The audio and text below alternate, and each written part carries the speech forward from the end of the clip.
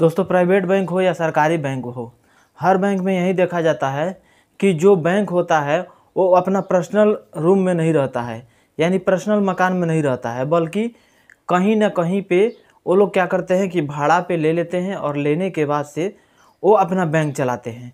उनके पास इतना पैसा रहता है कि वो चाहते तो अपना खुद का ज़मीन खरीद करके और उसमें मकान बना करके उसमें बैंक चला सकते थे।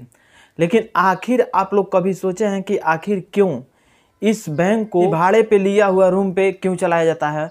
सरकारी हो या प्राइवेट हो, हर बैंक का यही रूल रेगुलेशन है।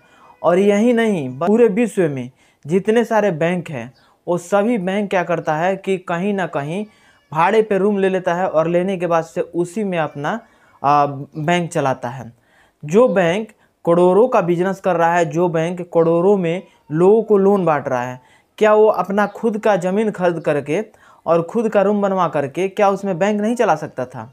लेकिन आखिर क्यों बैंक सिर्फ और सिर्फ भाड़े के रूम में चलता है, ये जानकारी आज हम देंगे। और यही नहीं, जितने सारे सामान होते हैं उसमें फर्नीचर का सामान हो गया, आपका सिस्टम हो गया, सीसीटीवी कैमरा हो गया, सभी चीज़ लीज पे रहता है। तो आखिर क्यों लीज पे रहता है? क्या बैंक के पास उतना समर्थन नहीं है कि वो अपना भाड़े के रूम में नहीं रह करके बल्कि खुद के रूम बनवा करके उसमें रहे? सभी जानकारी इस वीडियो में देंगे, वीडियो में लास्ट तक बने रहिएगा। आगे बढ़ने से पहले आप लोग छोटा सा रिक्वेस्ट है कि अभी तक मेरे चैनल को सब्सक्राइब नहीं किया तो सब्सक्राइब कर लीजिएगा और बेल आइकन को प्रेस कर लीजिएगा ताकि सभी नोटिफिकेशन आप लोगों को मिलता रहेगा। दोस्तों, जब कभी भी अगर कहीं बैंक खुलता है तो वहाँ पे फर्स्ट में बैंक के पास उतना पूंजी नहीं रहता है कि अपना खुद का ज़मीन खरीद करके खुद का रूम बनवाए। अगर कहीं भी अपना बैंक खुद के खोलने के लिए मानते हैं कि बैंक ने क्या किया कि खुद के लिए ज़मीन खरीद लिया और उसके बाद से उस पर बिल्डिंग बनवाना शुरू कर दिया।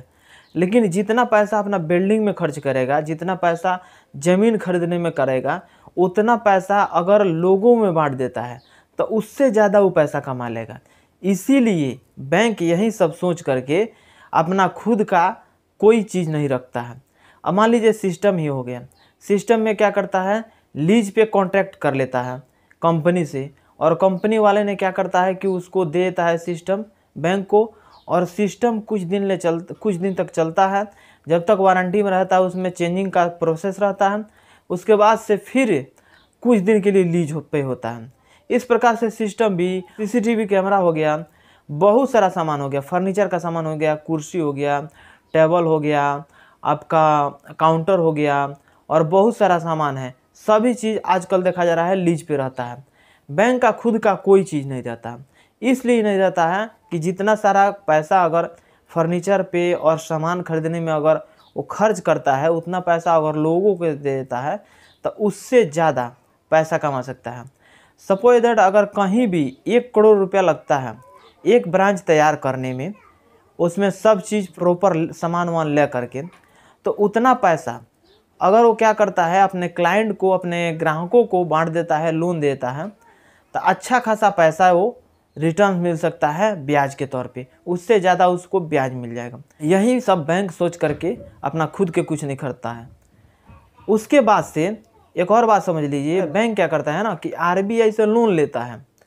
तो आरबीआई से जो लोन लिया है अपना बिजनेस करने के लिए, तो यही अपना बिल्डिंग में, अपना सामान खरीदने में अगर पैसा खर्च कर देगा तो फिर कमाएगा क्या और आरबीआई को क्या देगा, अपने एम्प्लॉय को क्या देगा? जितने सारे उसमें खर्च लगते हैं वो कहाँ से लाएगा? इसीलिए मेन कारण यही होता है कि बैंक अपना खुद का कुछ नहीं रखता है। अब आरबीआई से जो पैसा लिया है, आरबीआई को भी ब्याज देना है, प्लस में कुछ बेनिफिट्स अपने पास रखना है, अपने ग्राहकों को देना है, अपने एम्प्लॉय को देना है। उसके बाद से जो पैसा बचेगा उस सामान पे कुछ खर्च करना पड़ेगा। कुछ सामान जैसे रजिस्टर हो गया, पेन हो गया, कॉपी हो गया, पेंसिल हो गया, ये सारी सामान हो गया जो कि उस पर खर्च करना पड़ता है। तो इसलिए बैंक जो है ना कभी भी अपना सामान नहीं रखता है। तो आशा करता हूँ ये जानकारी आपको अच्छा लगा होगा तो दोस्तों के पास शेयर कर दीजिएगा, एक लाइक कर दीजिएगा। मिलेंगे अगली वीडियो में, आज के लिए बस इतना ही। जय हिंद।